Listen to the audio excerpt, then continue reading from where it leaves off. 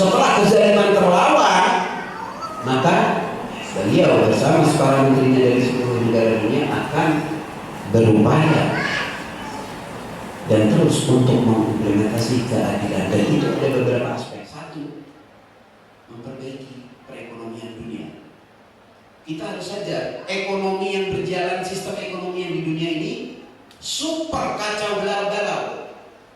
Dan manusia sudah menyadari semua, tidak harus ada menjadi muslim atau menjadi beriman atau agamawan, semua menyadari ini. Orang ateis tahu bahwasanya perekonomian dunia ini sistem yang berjalan, sistem yang sangat tidak adil dan penuh kezaliman. Sebagian negara menguasai negara-negara lain, mengambil harta kekayaan alamnya, kemudian mengeksploitasi negara lain bukan untuk warga negaranya, tapi untuk kelompok komunitas mereka sendiri kebanyakan. Dan untuk perusahaan-perusahaan, negara-negara seperti Amerika yang menjadi pejabat-pejabatnya adalah yang punya perusahaan-perusahaan besar atau setidaknya CEO di perusahaan-perusahaan besar, bukan lagi untuk mensejahterakan rakyat. Dan kita mungkin tidak sadar dan tidak merasakan rasa ini dia. Bahkan orang yang paling miskin bersama kita juga tidak menyadari bahwasanya ini ada suatu kezaliman besar yang terus berlangsung di dunia ini. Itu yang akan dihentikan. Dan ditaruhlah oleh dia orang-orang yang bersih, orang-orang yang bekerja dengan benar, dan orang-orang yang punya keadilan. Karenanya wazirnya itu yang paling mendapatkan pangkat 313. Tapi kemudian ada wakil-wakilnya, mereka akan pergi berpencar ke seantero negara dunia. Jadi memperbaiki perekonomian dunia, kemudian untuk tujuan sampai pada menciptakan kesejahteraan di kalangan masyarakat.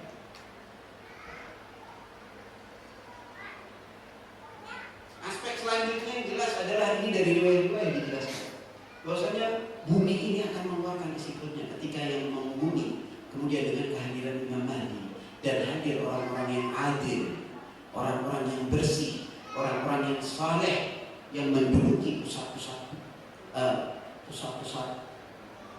pemerintahan dunia di negara masing-masing. Itu penuh keberkahan sehingga bumi itu senang. Akhrajat asqalaha, mengeluarkan isi perutnya, segala emas, tambang, segala yang ada itu akan keluar. Lalu Imam Mahdi akan membagi kekayaan itu ke seluruh dunia, dan seluruh negara-negara yang bersama beliau akan mendapatkan manfaat yang luar biasa. Selain peningkatan ke arah spiritual, tapi ekonomi mapan. Fasilitas itu difasilitasi yang luar biasa dan luar biasa dermawannya. Itu terbagi. Jadi Indonesia punya kekayaan alam yang luar biasa.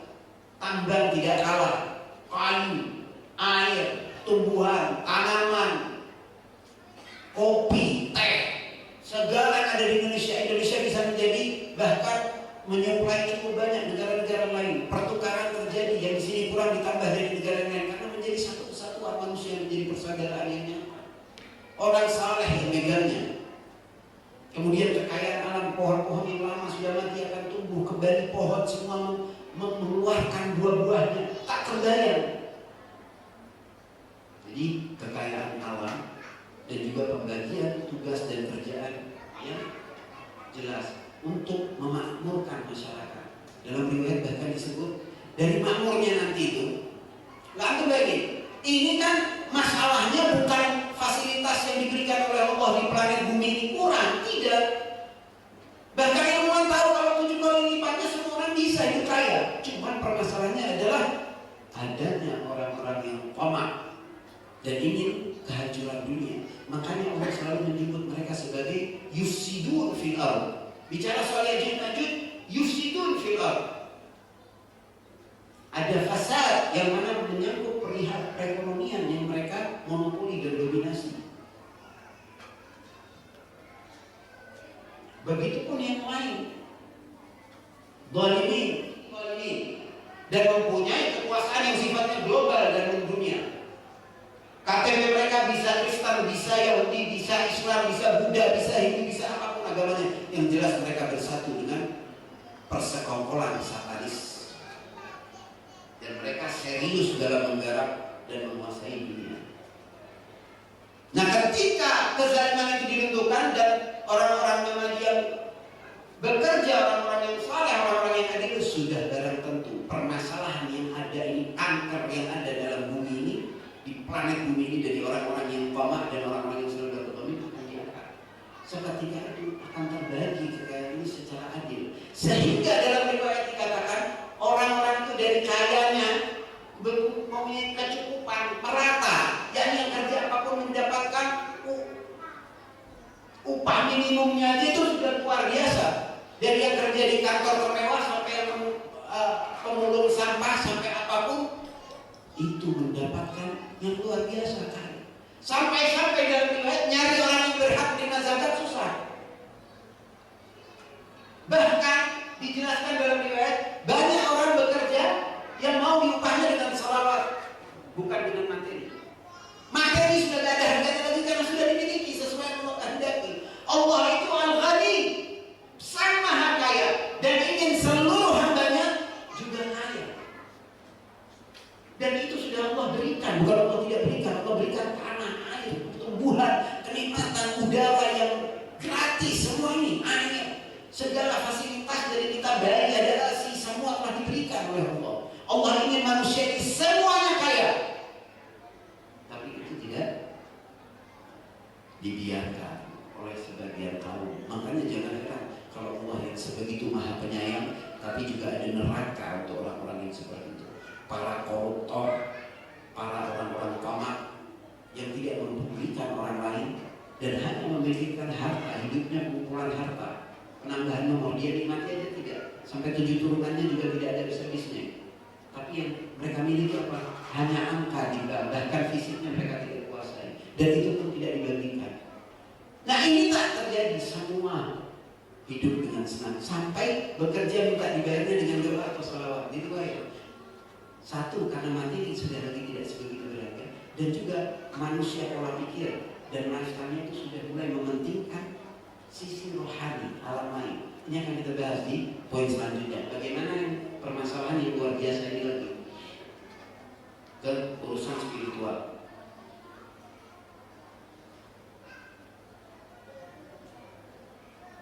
Tiga, keempat, meningkatkan keilmuan. Dalam riwayat dinyatakan bahwasannya sepanjang sejarah ini ada 27 huruf. Sepanjang para nabi sampai saat ini hanya 2 huruf yang baru terbuka. Hanya 2 huruf. Imam Mahdi yang akan menguak 25 huruf lainnya. Dan ini dalam riwayatnya dibahasakan dengan huruf, karena ini adalah rahasia. Ilmu huruf adalah ilmu yang luar biasa. Kembalinya segala sesuatu dan kejadian bisa ada hadir dalam kode huruf-huruf, dari bentuk, dari nilai, dari bobot, dan dari rangkaian.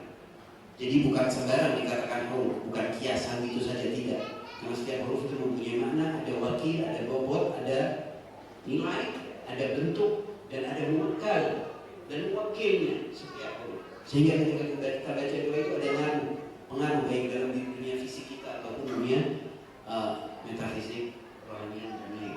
Jadi kenapa 27 huruf hanya 2 yang terbuka? Karena sepanjang masa ini al-haq itu terus-terusan diperangi, sehingga segelintir saja yang menang kerohaniannya. Agama itu tidak benar-benar dipelajari. Ini penting untuk kita paham sehingga kita tahu bedanya masa beliau sama masa sekarang. Kita di masa-masa yang enak, tidak hidup di negara-negara yang luar biasa. Mungkin antum alhamdulillah dengan segala kekurangan yang ada, alhamdulillah. Tapi kezaliman ini betul-betul merata. Yang lebih menyedihkan adalah apa? Masyarakat tidak memahami bahwasannya selama ini dunia ini dikontrol oleh orang-orang zalim.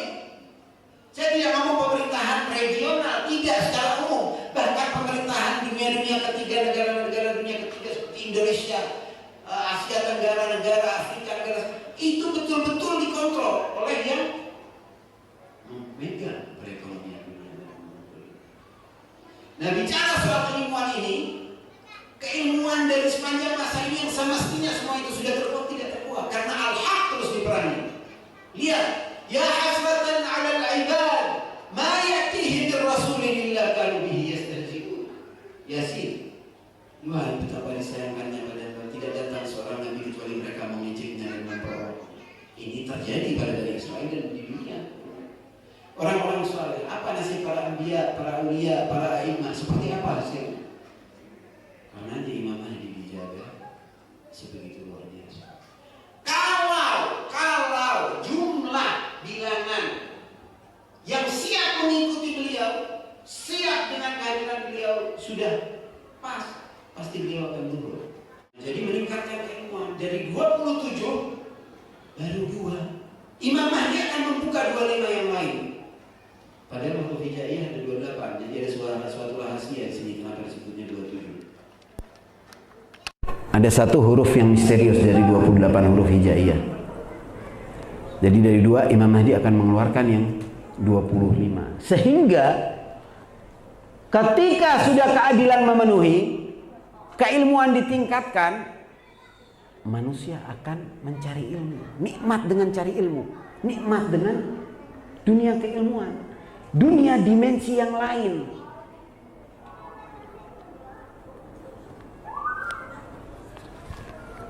Jadi berbarengan dengan itu, tentu yang selanjutnya itu kelima, keenam adalah pengembangan teknologi. Tapi keilmuan itu ditingkatkan luar biasa.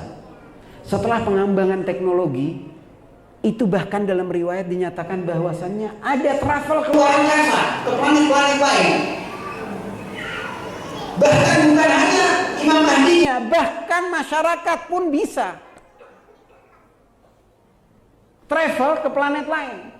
Dalam riwayat dinyatakan bahwasannya ketika Allah firmankan Bismillahirrahmanirrahim tentang Dzulqarnain, inna makkanna lahu fil ard wa atainahu min kulli syai'in sababa. Dzulqarnain itu diberikan kemampuan oleh Allah dan kemudian dihadirkan, dikasih dari segala sebab, segala sesuatu itu sebab-sebabnya. Ketika ditanya dalam hadis, dijawab oleh Rasul bahwasannya diantaranya itu makanna lahu atayna min kulli syai'in sababa. Beliau Dzulqarnain itu bisa mengendarai awan. Karenanya tidak heran beliau juga membuat radem yang mengurung Ya'juj Ma'juj selama 1000 tahun itu dengan gelombang elektromagnetik, bukan dengan beton seperti orang pikirkan. Dengan awan. Bukan khayal ini. Dalam riwayat beliau disuruh pilih, mau milih yang awan yang mudah atau yang susah, apa yang ada petirnya. Beliau milih yang awan yang tanpa petir. Yang dengan petir memang Allah siapkan untuk Imam Mahdi. Jadi awan akan menjadi kendaraannya juga. Dengan segala majunya teknologi, dengan teknologi Imam Mahdi mereka akan terkalahkan. Imam Mahdi mempunyai senjata yang disebut dalam riwayat As-Sarikh nanti. Jadi ketika ada serangan, mungkin baik itu katakanlah nuklir atau apa, Imam Mahdi serangan yang bersifat lancur dan itu melumpuhkan mereka sehingga ada permintaan damai ketika dunia terpisah antara yang adil dan yang bersama zalimin dan kaum dajjalis. Nah ini dari majunya keilmuan sehingga tentu teknologi pun akan luar biasa maju. Sedikit yang kita perlu pahami dan ini sangat penting. Betapa banyak orang yang menganggap bahwasanya dunia saat ini teknologinya sudah maju, ilmu luar biasa. Padahal itu sebuah kesalahan besar. Kita sudah terlambat berabad-abad, wahai ikhwan. Dilambatkan berabad-abad. Kalau dunia ini dipegang oleh orang soleh, orang-orang yang pilihan Tuhan, maka gak ada apa-apanya teknologi yang kita miliki saat ini. Mereka monopoli tiap ada penemuan. Internet sudah ditemukan dari 40-50 tahun lalu, ditahan 30 tahun untuk dipakai oleh para intel negara-negarawan, baru dikepas ke publik kapan tahu. Kemudian apapun yang mereka punya, segala yang telah dibuat yang ada sampai sekarang, teknologi, pesawat, urusan militeri, urusan segala macam urusan TV dan lain-lainnya, ini udah terlambat jauh, berabad terlambat. Yakni abad lalu orang yang hidup mestinya udah miliki. Jangankan abad lalu, dari 1000 tahun lalu orang sudah miliki. Dengan apa yang ada di masa Imam Mahdi nanti, makanya tak terbayang. Teknologi yang ada ini diperlambat. Sebagai contoh, Nikola Tesla 70-80 tahun lalu telah menemukan pembangkit listrik yang free, gratis untuk semua bisa. Tidak dikeluarkan. Mobil dengan tenaga listrik dan tenaga air. Di pola upaya pemisahan hidrogen dan oksigen telah dilakukan. Penemuan dari segala penemuan AC yang dia temukan, air current, remote control dengan TV dan segala. Baik dia ataupun Einstein ataupun sebelumnya, bahkan dari masa murid Imam Ja'far Shadiq, Jabir ibn Hayyan, sudah ditemukan soal relativitas waktu dan ruang. Ini sudah ada semua. Tapi tidak pernah dikembangkan karena ada manusia-manusia jahat yang ingin memiliki secara sendiri, dan dengan keilmuan itu mereka memonopoli. Karenanya bahkan Teslanya karyanya tidak keluar baru. Sekarang yang ngembanginnya Elon Musk jadi kaya raya. Saintisnya meninggal dalam keadaan tidak punya. Sementara ilmunya diambil oleh orang-orang jahat. Dan ini baru satu, belum lagi yang dalam negara Islam. Para a'immah, ashab dari mulai tabi'in dan seterusnya, para ilmuwan besar yang kita punya, yang ditemukan Tesla telah diungkap oleh Jabir, Einstein, Jabir bin Hayyan, Hisham, bahkan Syekh Ibn Arabi telah banyak mengungkap mengenai planet-planet dalam kitab Mawaqa'in Nujum dan kitab-kitab lainnya, sama seperti yang mereka temukan. Cuman gak ada yang mengembangkan karena ditahan, karena diperangi, karena ditaruhlah orang-orang yang fasik, yang zalim, sehingga ilmu itu tidak berkembang. Orang belajar alif ba ta gak habis-habisnya, mata pelajaran dari dulu sampai sekarang tidak berkembang secara pesat. Ilmu-ilmu yang penting, bahkan ilmu ar-rasul, ilmu ahlul bait yang penting, itu hampir bahkan tidak ada di dalam kurikulum. Betapa banyak keilmuan tidak ada dalam kurikulum. Ini semua akan terkuak di masa Imam Mahdi, sehingga dibilang 27 huruf itu baru menjadi jelas. Muqatta'ah orang aja susah, buka tafrid susah. Cari apa makna muqatta'ah baik zahir ataupun batinnya. Padahal setiap hari kita ngaji. Keilmuan ini dan teknologi yang akan dikembangkan jauh luar biasa, karena sekarang ini kita udah terlambat super jauh pada hakikatnya. Tapi manusia tidak sadar dan itu dimonopoli. Penggambaran masa dunia di masa Imam Mahdi ini penting untuk kita tahu dan kita merasakan, dan kita betul-betul mendoakan, betul-betul ingin hadir. Allahumma adrikna iyamah, ingin menyambut. Nah, beliau bukan hanya perihal menunggangi awan yang berpetir, dan ini menurut Syekh Ali Qurani, bahkan dalam kitab Asri Duhur, kemungkinan bukan hanya beliau, tapi masyarakat pun nantinya bisa. Setelah peningkatan keilmuan, berkembangnya teknologi yang luar biasa secara pesat, adanya penjelajahan keluar angkasa, ya, saintis-saintis aja sekarang sudah benar-benar keluar angkasa, banyak ingin meneliti. Tapi banyak yang mereka tidak temukan. Ini dengan orang yang memahami, punya walayah, dikasih walayah dan kekuasaan oleh Allah untuk bumi. Beliau akan napak tilas sebagaimana Dzulqarnain. Saya sudah bahas ini dalam judul Dzulqarnain adalah Superman yang asli. Dan semua negara yang pesisir Laut Hitam yang dilalui Dzulqarnain, Imam Mahdi akan melalui lagi. Itulah diantara apa korelasi hubungan surat Al-Kahfi dengan akhir zaman. Karena Imam Mahdi akan napak tilas Dzulqarnain. Nah, itu akan berkembang. Ada petunjuk secara langsung. Tanpa semua yang dijaga, kekayaan alam yang dijaga, yang Allah tidak ungkap, yang mereka cari kemana-mana ini, banyak sekali yang masih terkandung rahasia ini di laut, di darat, di beberapa negara. Nanti akan muncul semua. Ya, keenam, menyingkat dimensi alam. Dua poin ini, yang keenam ini dan yang ketujuh nanti, sangat penting dan sifatnya lebih substansial. Bahwa di dunia alam kita ini, kita di dunia, di bumi, hidup di bumi, tapi kita terlalu banyak berinteraksi, perhatian kita semua ke yang zahir. Kita lupa bahwasannya bahkan saintis mengakui yang mempengaruhi hidup kita itu sehari-hari 70%-nya gaib. Yang zahirnya hanya 30%. Nih suara saya antum semua bisa dengar karena adanya hal yang gaib sampai ke telinga antum semua. Karena adanya frekuensi. Frekuensi ini yang mengantar. Remote mengganti channel-channel di TV tanpa menyentuh atau tidak secara langsung karena frekuensi. Telepon, gambar dikirim ke ratusan orang, cek, semuanya dengan adanya teknologi itu. Jadi 70%-nya pun di alam ini adalah hal yang gaib. Tapi lebih dari itu, alam ini mempunyai dimensi. Saintis saja sudah menemukan 11 dimensi. Dan dimensi di kita 3, naik 4, naik 5, naik 6. Ke 4, ke 5 aja ruang dan waktu itu nyata relativitasnya. Tembus ruang gampang. Yang sudah sampai di itu. 6, bahkan kembali ke masa lalu, kembali ke masa depan, hal yang dia bisa dilakukan manusia. Karena manusia pada intinya zatnya adalah jiwa yang sifatnya itu tidak terbatas ruang dan waktu. Itu yang lupa. Itu tidak dikembangkan. Itu yang ingin dikembangkan oleh para anbiya, para aulia. Dan itu hanya terrealisasi selama ini di masa Imam Mahdi. Jadi manusia itu merasa kemanusiaan dan kehebatannya. Super power yang ada dalam dirinya itu keluar. Dimensi, apalagi sampai dimensi yang ke-11. Alam ini bahkan dalam riwayat disebutkan sampai seakan tidak ada hijab ke alam barzah. Yakni dinyatakan yang ada di hidup di alam dunia ini bahkan bisa komunikasi dengan di alam yang barzah. Sekarang ada gak? Ada sebagian orang bisa melakukan itu. Mungkin atau tidak? Berarti mungkin. Nah nanti itu hampir semua bisa karena keilmuannya diangkat, dipelajari. Manusia berlomba-lomba untuk berbuat kebaikan. Udah gak mikirin materi. Dan ini adalah poin ke-7 yang mana sifatnya paling substansial, yaitu mengangkat kehidupan manusia, pola pikir manusia, kegiatan manusia, aktivitas manusia untuk kembali ke alam spiritualnya, ke alam rohaninya. Wa fi anfusikum sanurihim ayatuna fil afaq wa fi anfusihim hatta yatabayyana lahum annahu al-haq. Dalam hadis, atahsabu annaka jurmun saghir wa fikan tawal alamul akbar. Apakah kalian mengira kalian adalah manusia yang tidak signifikan, yang kecil, sementara dalam diri kalian terbentang alam yang terbesar. Allahu akbar. Ini gak ada yang merasakan.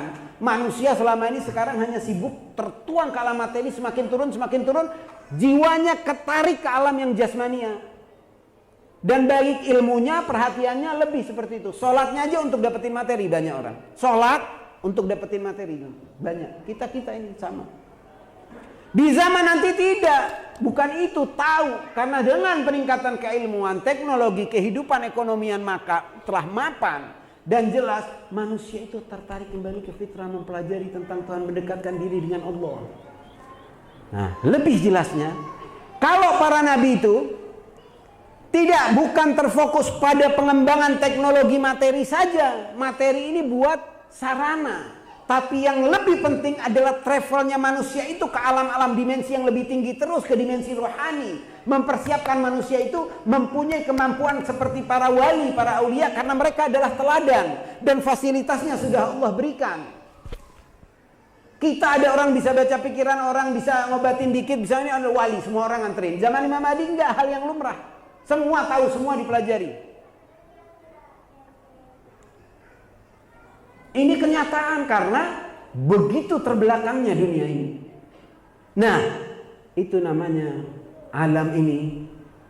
Dari awal itu ada yang sifatnya mujmal dan ada yang tafsil. Yang mujmalnya itu kembali ke titik awal. Kalau dalam bahasa kata ada kalimat. Kalimat rahasianya ada di kata. Kata rahasianya ada di huruf.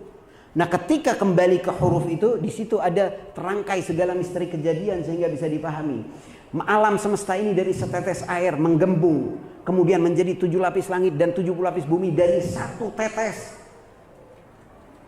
Kana ratqan fafataqnahuma. As-samawati wal ard kanata ratqan fafataqnahuma, dalam ayat dilembung, berpisah, jadi berlapis-lapis. Alam jiwa manusia juga sama, dari nutfah, dari setetes air jadi sampai terus mudghah, alaqah, terus sampai jadi bayi, wek sampai dewasa, sampai punya pikiran, sampai punya akal. Itu adalah hal yang mujmal, dari yang mana dia itu setetes sampai dia menjadi tafsil. Begitupun juga Al-Quran, dari rahasia huruf yang kemudian wa fassalnahu tafsilan, sesuai kejadian. Ini adalah sunnatullah. Nah, dalam diri manusia ketika mereka itu mempelajari soal nafs, kejiwaan, alam materi, agama, mendekatkan diri kepada Allah, kepada para anbiya, kepada para aulia, dia itu membesar ke alam yang lebih besar. Apalagi dengan arahan dan bimbingan dan pengetahuan yang luar biasa. Jadi sebenarnya orang repot, ada yang repot membuat pesawat yang sebegitu cepat sampai ke negara lain. Insya Allah setengah jam misalkan dari sini sampai ke Afrika bisa. Wow, luar biasa. Padahal dalam dirinya semua itu bisa berlangsung hanya dengan melangkah beberapa langkah, karena waktu dan ruang itu adalah relatif, dan itu dinamakan dengan lipat bumi. Dan ini hal yang ma'ruf, para aulia sebagian bisa. Imam Mahdi nanti dari tempat beliau berada ke tempat negara musuhnya bersama para aulia dan bertanya dalam waktu 2 jam, yang mana mestinya ditempuh harian. Akan ada tayyil ard, yang mana melintas bumi, melipat bumi. Ini semestinya sudah diketahui dan dikenal dari lama. Betapa terharamkannya kita dari ilmu-ilmu yang luar biasa. Pemahaman-pemahaman ma'rifat tiap ayat Al-Quran yang mempunyai dimensi zahir dan 70 dimensi batin, semuanya teruraikan. Manusia berlomba untuk mencari ilmu, menikmati ilmu. Yang keren nanti itu bukan orang yang bisa menciptakan sesuatu hal-hal materi, tapi apa yang dia bisa lakukan dengan dirinya sendiri. Lain kan? Pola pikirnya udah beda. Trennya kalau misalkan masa sekarang, bagaimana orang show di dalam sosmed dan mendapatkan banyak like dan banyak follower. Anak-anak banyak bisnis dan lain-lain. Segala tren yang ada ini, lasik, gak ada apa-apanya. Dan itu emang keterbelakangan yang luar biasa. Dan diciptakan seperti itu. Algoritmanya menciptakan seperti itu. Supaya yang sampah yang meningkat, tapi yang soal keilmuan enggak. Nah di masa itu gak ada. Jadi orang itu tertuntut untuk mengetahui. Gak tahu dia gak keren. Bahlul sudah. Jahil ya jahil sudah, gak jadi tenar. Gak jadi di follow banyak orang karena dia bodoh. Tapi yang berilmu lebih banyak. Jadi dunia keilmuan, dunia kerohaniahan, dunia spirit, dunia kemampuan manusia untuk apa yang dia bisa lakukan dengan ibadahnya, dengan amalnya, dengan keilmuannya, dengan yang disumbangkannya untuk masyarakat, itu keren. Tapi di zaman kita ini sangat susah. Bahkan yang seperti ini bukan hanya ini, hanya malah terjauhkan, bahkan tidak terfasilitasi. Betapa banyak ulama dari dulu yang bahkan ilmunya hanya segelintir yang mempelajari. Kalam aimah Al-Quran, tafsirnya dari zaman sampai sekarang kemungkinan tidak lebih dari 30%. 70%-nya ini dan mu'jizat-mu'jizat yang ada di dalamnya belum terkuak. Masih jauh. Tapi orang hanya sudah merasa kenyang dengan mengetahui beberapa. Di masa beliau tidak ada. Dan mengembalikan ini, membuka, menyingkap dimensi alam semesta ini. Sehingga yang ada di bumi, dengan bahkan yang ada di barzah, dan bahkan sebagian riwayat bisa sampai melihat surga. Dan itu tidak mustahil. Kenapa? Bukan hanya dari kekuatan materi yang dibangun, tapi kekuatan spiritualnya, kekuatan rohaniahnya, yang mana dalam diri kita ini terbentang alam terbesar. Jadi kalau orang zaman sekarang maju tenggelam dalam teknologi yang cipta sehingga dia terseret ke dalam dunia yang mengecil. Dan lalu expose-nya propaganda, wow dunia teknologi luar biasa padahal pret. Kalau orang memahami. Tapi di masa nanti materi hanya sarana. Jadi kerennya itu bukan Anda punya mobil apa, berapa mobil, rumah Anda mewah seperti apa, enggak. Malu orang semua udah rata-rata punya. Gak ada urusan seperti itu. Tapi urusannya apa yang dirinya bisa lakukan dan sumbangkan dan keilmuan untuk masyarakat dan lain-lain yang dia bisa dia lakukan. Ada yang dengan mobilnya secepat kilat mungkin naik Bugatti atau Ferrari atau Porsche dan sekarang membanggakan ya. Nanti tidak. Jiwanya apa yang dia bisa luar? Bagaimana dia melintasi ruang dan waktu? Bagaimana beliau kedekatan dengan sang Imam Mahdi? Bagaimana dia kedekatannya dengan Allah? Bagaimana keilmuan dan seterusnya yang mana itu luar biasa. Orang hidup nikmat, malu orang. Nah, ketika yamla'ul arda adlan wa qista, inilah aspek-aspek yang luar biasa pentingnya yang akan berubah. Di mana manusia itu berlomba-lomba untuk membersihkan hati, mencari orang untuk ditolong, saling menolong, saling gotong royong, saling bahagia bersama. Ketika ini sudah efektif, tidak ada anak-anak yang keluar dari jalur. Tidak ada hubungan yang mana sifatnya itu sendiri-sendiri. Di antara kelemahan kita di masa sekarang, dan ini sangat penting, akhirul kalam, adalah betapa banyaknya kita itu tidak berpikir secara kolektif, tapi lebih banyak berpikir secara individual. Padahal dalam Islam adanya kekeluarga dan lain-lain adalah untuk sesuatu dimulai supaya punya ikatan. Adanya ikatan ini penting untuk menjaga keluarga, untuk menjaga generasi selanjutnya, untuk menjaga hati antar sesama yang mana ada dalam didikan-didikan Ar-Rasul dan Ahlul Bait secara indah luar biasa. Penuh kita dari guru-guru akhlak mendengarkan. Itu proses untuk pembersihan sehingga ketika hati bersih, jiwa bersih menyatu. Di situ kita perlu intima. Aku ingin memberi kado kepada Imam Mahdi. Kalau aku tidak kenal, tidak pernah melihat rupanya, tidak tahu seperti apa dirinya, setidaknya yakin bahwasanya dia mengenal kita. Ketika kita salam assalamualaikum di akhir salat, beliau sampai dan menjawab. Nah, ketika dengan memberikan salam lalu kita ingin memberikan kado, antum bisa punya pilihan. Bisa antum niatkan kado antum dengan bersedekah, atau dengan menolong seorang kawan, atau dengan, ini juga hal yang luar biasa bagus, niatkan 1000 salawat hari-hari ini untuk Sya'ban Al-Mukarram dan nisfu Sya'ban. Hadiahkan salawat untuk Imam Mahdi agar kita bisa lebih mendekat. Atau semuanya itu dilakukan. Jadi ini ada intima selain dalam sholat untuk mengingat. Jangan sampai kitanya yang gaib dari beliau dan fil hakikah kitanya. Beliau hadir tapi kehadirannya tak terasakan. Jangan dianggap tidak ada. Masyarakat menganggap tidak ada.